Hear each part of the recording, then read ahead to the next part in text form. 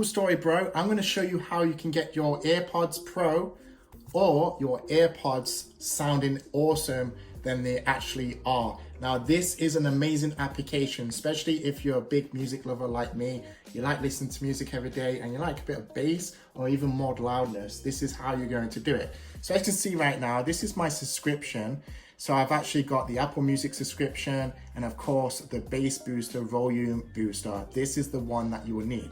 So right now I've already got it installed because I'm actually been using it for really a long time now. And I have it next to the official Apple Music application because I'm going to show you why I do that. So this is what it's actually going to be.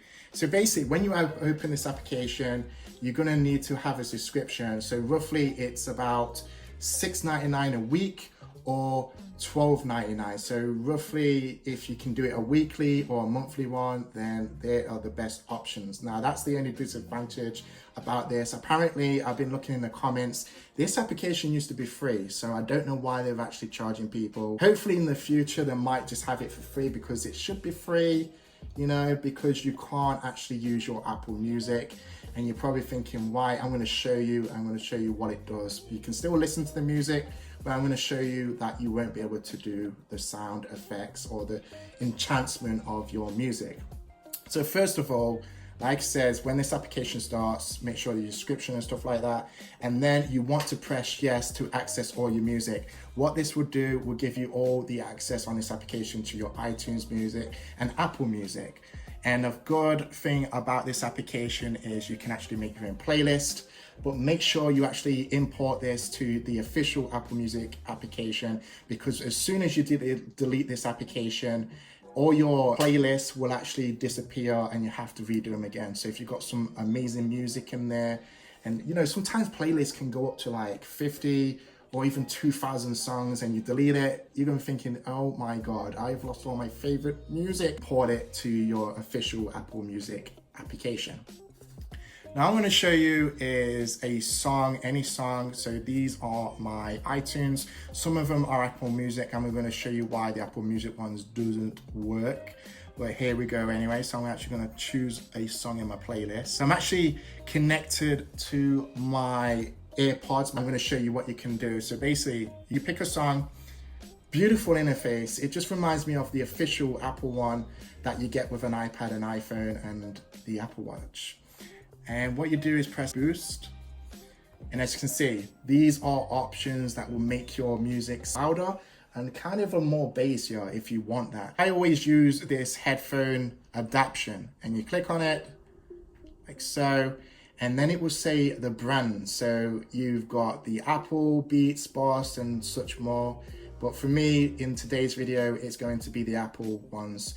And these are the first generation ones, which is the wire ones, the second generation ones, which is the AirPods Pro.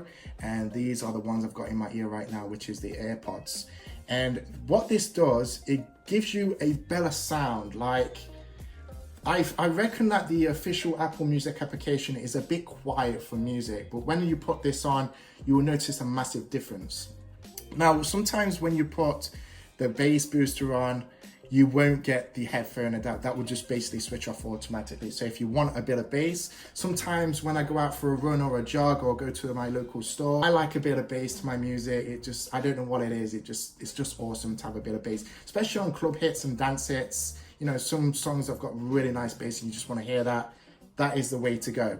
But I just want to make sure that when you do this, make sure the volume is fully down. Don't put these in your ear and start messing around with it because you will be deaf. You know, not for a lifetime, but it will damage your ears. So make sure when you do use this application, make sure that your volume is completely down, because if not, it's going to deafen you and it can probably cause your ear loss in the near future. So I just want to put that out there because I don't want to be responsible for people being deaf. That's not the actual aim of this video. The aim of this video is to get your AirPods and AirPods Pro sounding awesome than they actually are. And this is what I do basically on a day-to-day basis when I use my, you know, my AirPods or my AirPods Pro when I'm actually out and about. And sometimes I put this on, like the same song, and then I go that's why it's next to this. So I go to the official Apple Music application, and then I go to the playlist I made on my account. Give me a sec, guys, just trying to find it. AirPods, here we go. Press the same song, make sure it's on, and then I play them both. So I play it on this one because it's more quiet, and then I go to the other application, and then I play the same song at the start. And you'll notice, like, wow, they just sound like my Beats Studio. It's awesome. And I've got a pair of Beats Studio, and they just sound roughly exactly the same with that bass and loudness, and you just feel like, have I got a pair of Beats in my ear? No, AirPods Pro, you know, it's really awesome. Now, the only disadvantage about this application is, I'm going to show you right now. So when I go on here, I'm actually going to find a song, if I can remember which song. So I haven't bought this song. This is actually on my account, on my Apple Music account, and I haven't bought it. Now, I'll probably have to buy it to do this. So this is what it happens when you use an Apple Music. So press that. It will play. That's the good thing. And you'll get notification on the top, like a little bar saying playing from music. And if you remember on the Michael Jackson one, playing from iTunes, if it says playing from Apple Music and you press this, you will get this. The song is detected by DRM detection, should I say. And you won't be able to do the sound boost. So what you would have to do is buy this song on iTunes. I know it sounds stupid. It's the only way if you want this song to be a lot more bassier. So like I said, this is the Apple Music one, and that's what you would get. So like I said, for example, when I went to the Michael Jackson one, just give me a sec and found it. Don't matter to me, there we go. Let's press this one. As you can see, playing from iTunes, and there you go. And these are some of the songs I've actually already purchased that's already on my Apple Music, which is, I know, it sounds stupid, I know. Don't matter to me, the Drake version, and as you can see, because I bought it, it says playing from iTunes. So yeah, and when I first started this application, I was like, okay, so it's not going to let me play all these songs. And then I researched the copyright protection one it brought up, and apparently Apple Music has got a protection on it, so people don't actually transfer them to other devices. The only device you can have is what account's on there. So for me, I can have it on my iPad or my iPhone.